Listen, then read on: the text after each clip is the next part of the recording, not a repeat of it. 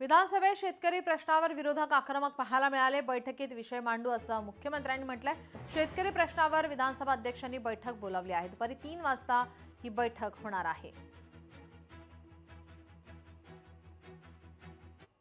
अमरावती, लातूर, अकोला, नागपूर, नांदेड, चंद्रपूर या शासकीय हमीभावाने सोयाबीन खरेदी प्रक्रिया अद्याप सुरू न झाल्यामुळे बाजारपेठेत हमीभावापेक्षा कमी दराने सोयाबीन विकावे लागले असून चंद्रपूर जिल्ह्यात अतिवृष्टीमुळे कपासीचे नुकसान झाल्याने शासकीय कापूस खरेदी केंद्र सुरू झाले नसल्याचे माहे ऑक्टोबर 2025 मध्ये निदर्शनास आले। खरे आहे का?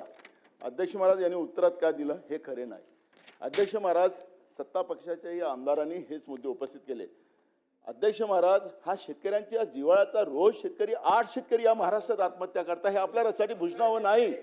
हे भूषणावं याचा राजकारण करता येणार नाही। अध्यक्ष महाराज आम्हाला तुमच्याकडून अपेक्षा अध्यक्ष महाराज हे सरकार बोथळ झालं असेल, हे सरकार बोथळ झालं असेल, पण याला तुम्हाला सूचना द्या ना। म्हणून हा प्रश्न राखून ठेवा। ठीक आहे नानाभाऊ, मी ऐकलं, बसा. राखून ठेवा, याला उत्तर बसा बसा खालती बसा, खालती बसा। या प्रश्नावरती आपण अर्धा तास चर्चा केलेली आहे। मला सभागृहात तुम्ही नाही आता असं चालणार नाही। या संदर्भात 3 वाजता माझ्या दालनात मी बैठक लावत आहे। ज्या सदस्यांना आपलं मत मांडायचं असेल त्यांनी 3 वाजता माझ्या दालनात येऊन या बैठकीत सहभाग घ्यावा। प्रश्न क्रमांक 2, सभागृहातल्या उत्तराने प्रत्येकाचं समाधान होईल असं नाहीये आणि काही लोकांनी समाधान करूनच घ्यायचं नाही ठरवलं तर काय करता येईल। त्यामुळे मुळामध्ये नाही आपण तंबी द्यायची गरज नाही आहे। त्यांनी योग्य उत्तर दिलेलं आहे। तथापि